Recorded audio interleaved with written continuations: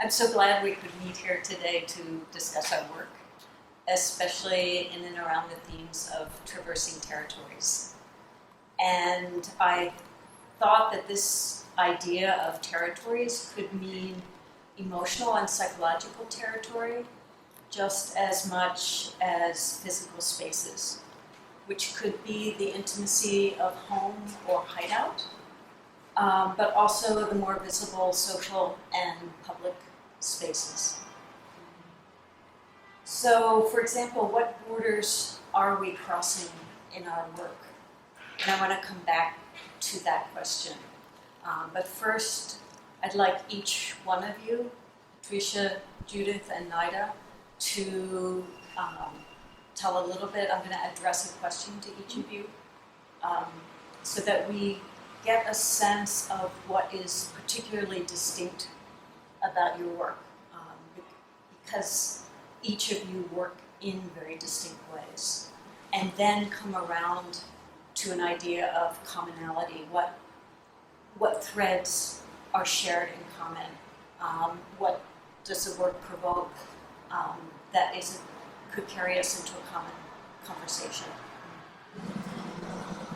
Patricia, if I can start with you.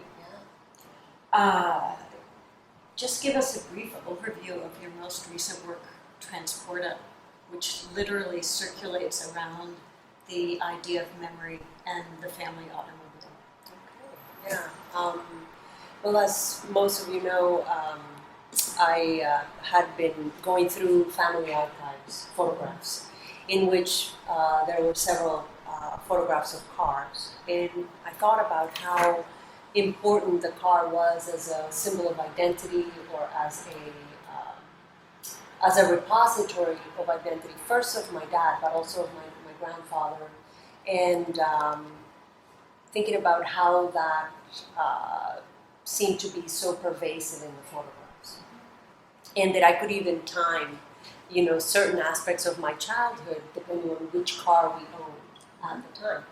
As I was looking at those photographs, I thought about the stories that came up. And I started doing a project where I would collect stories about cars, about automobiles, about transport. Vaya, ¿qué tal? ¿Cómo estamos? Pasa adelante. Hay 10 personas esperando. Bien. Ya.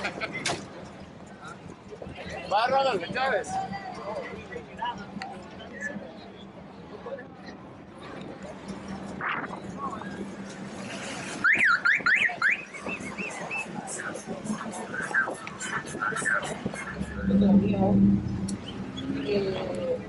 Me da mucha libertad.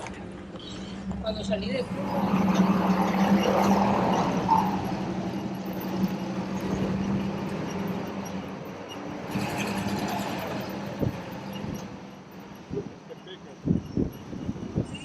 por aquí que el complejo está arriba Y lo abrí.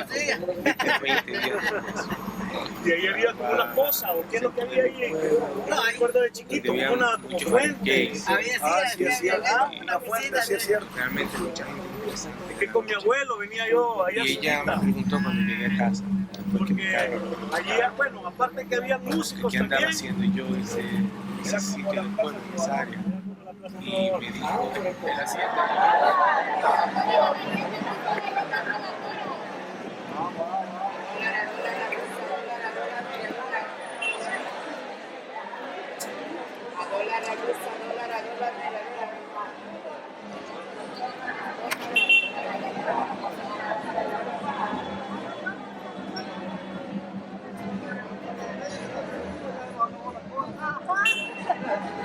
mucho gusto. Muchísimo gusto. Gracias por venir a este recorrido. Sí.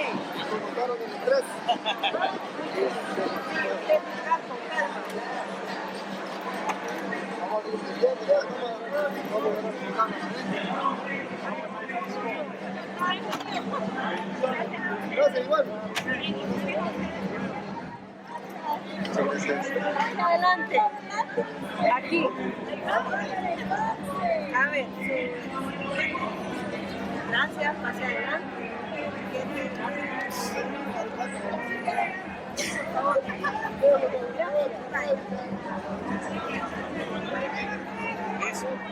Listos. Listos. Ok.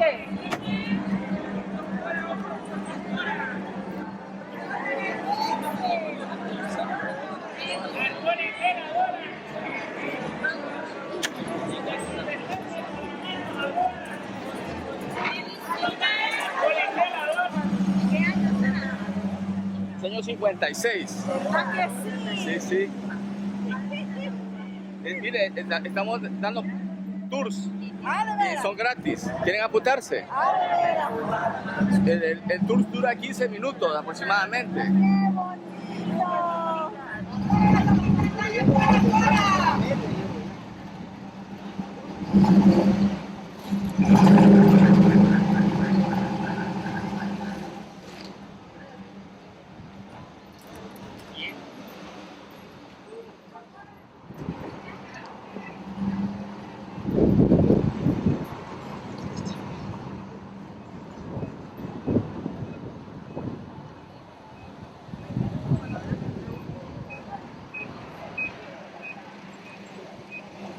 Para regresarme a El Salvador. Bueno, total que yo no había nada que hacer porque en Miami el tema de taxis es complicadísimo, realmente complicado. Te tienes que llamarlo y para eso se necesita un celular y se da mucho tiempo anticipado. Bueno, total que yo di vueltas y vueltas en el centro comercial tratando de encontrar uno porque generalmente siempre llegan taxis a centros comerciales. Me fui a un área donde perfectamente podrían llegar, ni un taxi, nada, y eso estamos hablando de una hora bien tensa.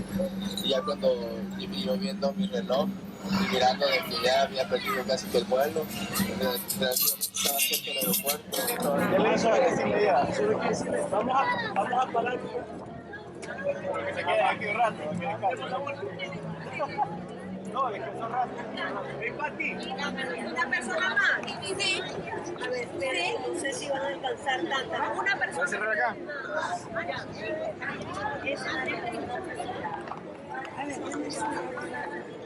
Vaya, mira, adelante. Ey, no me puso la pila, subo eso. No. La otra. Hago la tarjeta de uva. Uva dulce cholotona de $1 la libra. Barata la uva, $1 la libra. Uva dulce cholotona, $1 la libra. Uva dulcita, $1 la libra de uva. Barata la uva, $1 la libra, $1 la libra de uva. Barata la uva, uva dulcita cholotona, $1 la libra de uva. Barata la uva, $1 la libra. You could really go into the intimacy of someone's life through those stories. Your first image of your grandfather and your father at the car, I remember the photograph that you showed me, posed in front of the family vehicle. And it just prompted a thought that there is something particularly masculine about the automobile. And I'm just wondering if, let's think of some of the images that come up. The father in front of the car, the stories of fathers as mechanics, the iconicity of the automobile industry. Sure, I mean, I think that being queer also, I always wanted to be like my dad. And so always wanting to be in that persona. And then, obviously as an adult, I started to really realize that and how much of his own identity was, that the car itself was a repository for his own identity as male, as masculinity. Mm-hmm. So yes, I do think that cars are gendered. And status, perhaps. Yeah. Mm-hmm. And yet the stories that you collected had no gender bias whatsoever. I mean, that was quite remarkable about them. They speak about gender. I think some of the stories do, but you're right. I mean, it crosses both. So Judith, while Patricia's stories cross national borders and the barrier of time through memory, your most recent film, BX3M, is particularly situated in the present and a very localized region called Bronx. And I'm wondering how you came to make this film that's so rooted in the in the present tense, and a kind of realism after making The Crutch, which has a sort of a film noir and even a surrealist flair to it? At one point I decided to shoot everything I've ever written. And so I started with Bronx 3M, which is why it's BX3M, because it was the most accessible. It was easy to produce. It didn't involve sets. It involved locations that are, just street locations and how, specific apartments. And even though it's very localized, because it's really looking at a Latino community, and specifically really a Puerto Rican or New Yorican community, you're really talking about a culture that's kind of transcultural. Like, for instance, a certain generation will only speak in Spanish, and maybe the daughter, let's say, one of the characters, the mother speaks to the daughter in Spanish, and the daughter answers in English. Or the father talks to his wife in Spanish, but he talks to his daughter in English. Clearly indicates that there's something transcultural and transnational. And cross-generational. And cross-generational. Whatever. A double date, huh?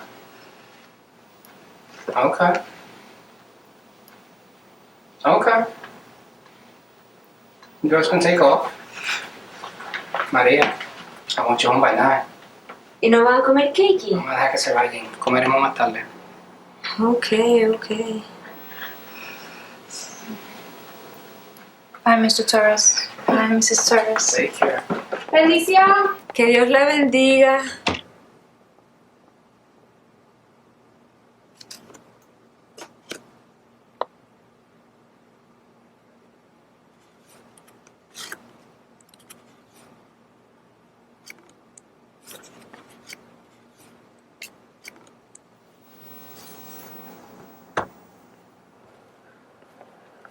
Where is he?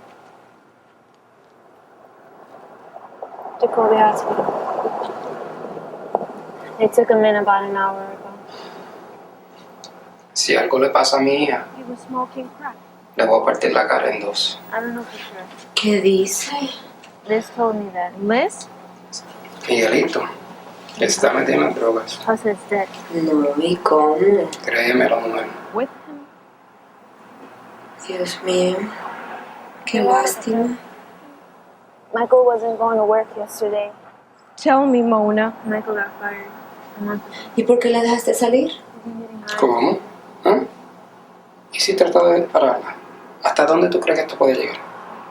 I think he's been screwing her. Tengo que confiar en ella. Getting high with Posthead and Liz.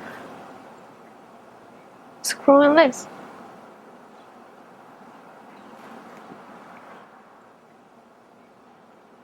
He lied to me, Mona.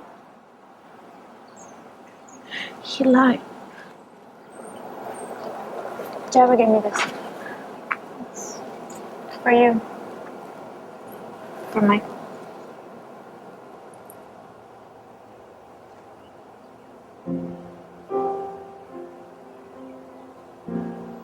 Pero si algo le pasa, lo voy a buscar yo mismo y le voy a partir la cara en 2. No hable así. Confía en Dios, Ismael.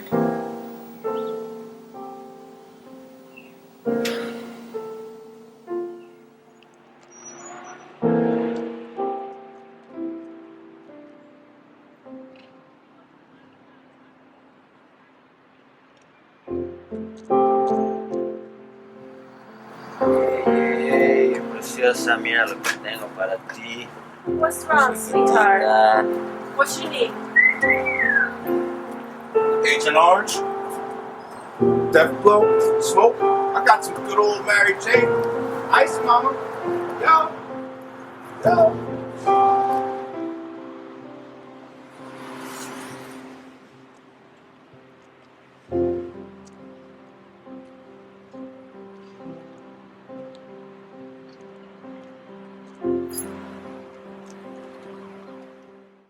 And also there's just formalistically, there's a passage in the first section, because it really looks at 3 different teenagers, where the exchange that you have, the teenagers are talking to each other downstairs. It's sort of a little bit of a secret. And then the parents are really looking and observing them from above, and they're having a conversation too. And it's sort of secretive, or it's intimate between the father and the mother. And those exchanges are they're sort of doubled up.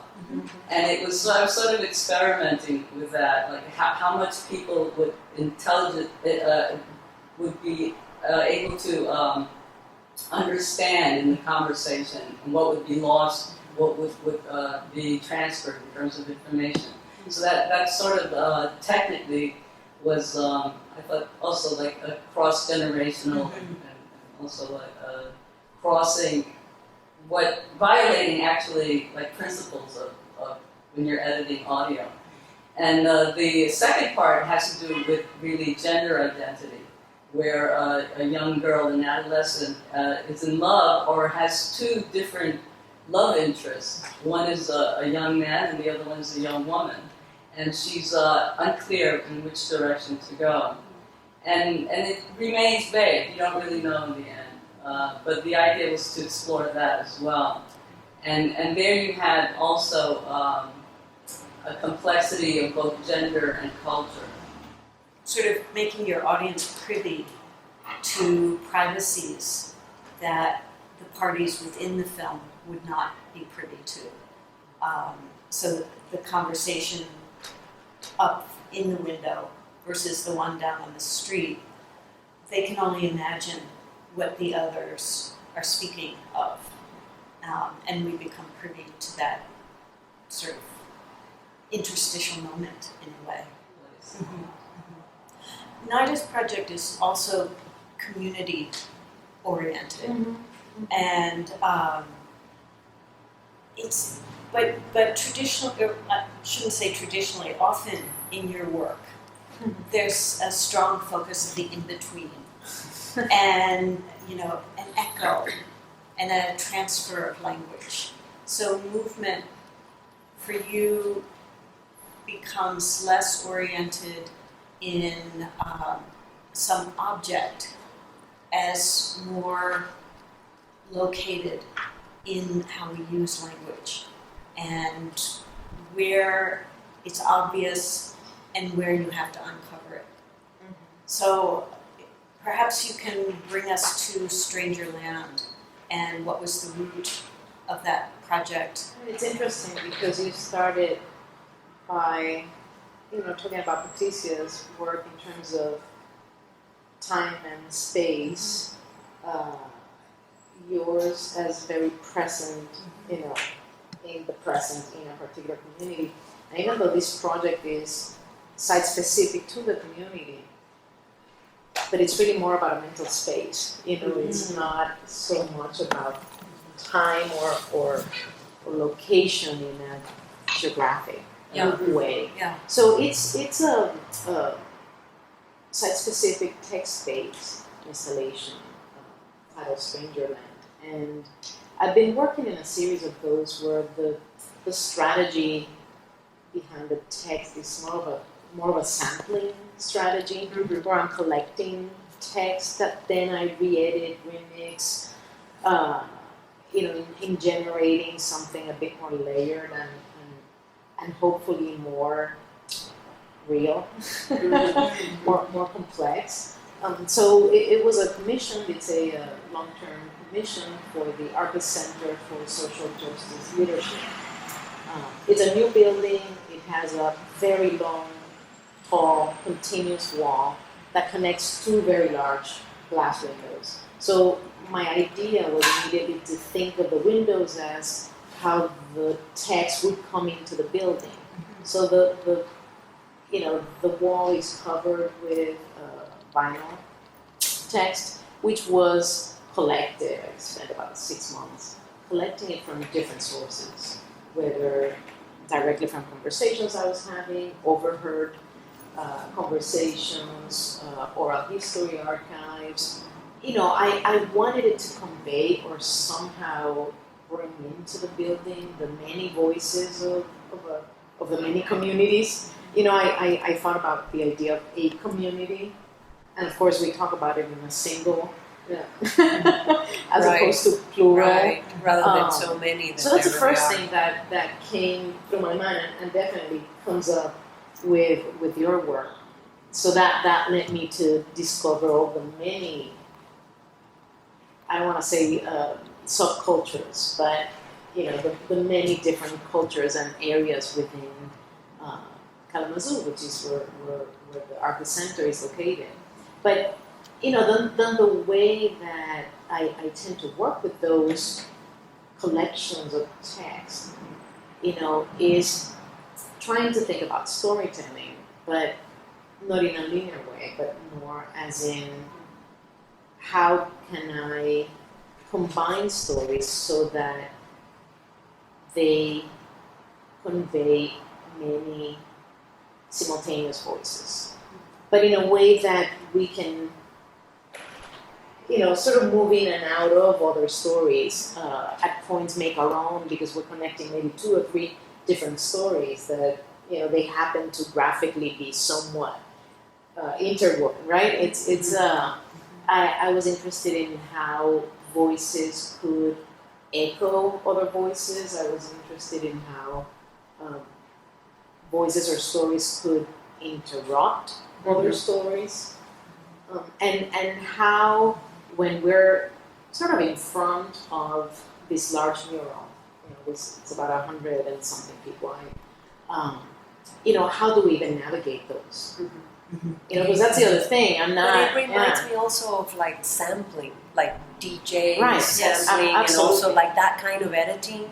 And in that way, I think that project reminds me a little bit of the experience of listening to the oral stories of TransBorder and going in a car, but also having a conversation, and and plus the street noise, that all of that. I think that's also very present in that piece. Right, and it's text on a wall, on a large wall. Then where do you place your attention? Where do you begin? Where do you end? And so you provide a structure, but then the observer really recreates it any which way he or she wants. I think there's something interesting happening here, because each of you, all 3 of you, are visual artists. But what we're talking about is a certain kind of attentiveness, which could be a visual attentiveness, but for the moment, it's an oral attentiveness, it's a listening. Do you think of your practice as a means of distributing agency? I see language as being really significant in my films, because there's always just like going from English to Spanish or to German, and I think that sort of captures this kind of dynamism of New York City and the fact that there are different people here. But I think language and really the discipline and the absorption of how one speaks properly, or having like some sense of like this is the way you write and you write well. I think immigrant children have to go through that experience, and they sort of have to master that on some level. So besides the story itself, it's really one of mastering a main culture, but not really wanting to give up that which was given to you from birth. Well, one can think I think politics always comes up in both, whether it's the extreme or the crutch. I do think that there is a political subtext in the work. You're very aware of and particularly in the crutch, where you're very aware of the tension between the identities that the main characters are having to deal with.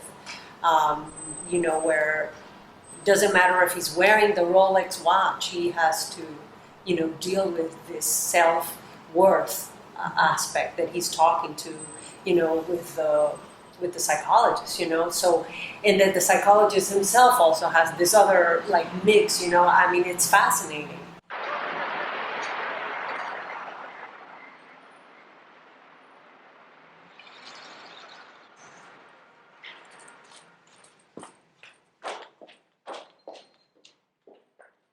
She thinks I haven't had a wet dream yet. She checks my sheets. I know it. Every time she changes my bed, I'm gonna put her away.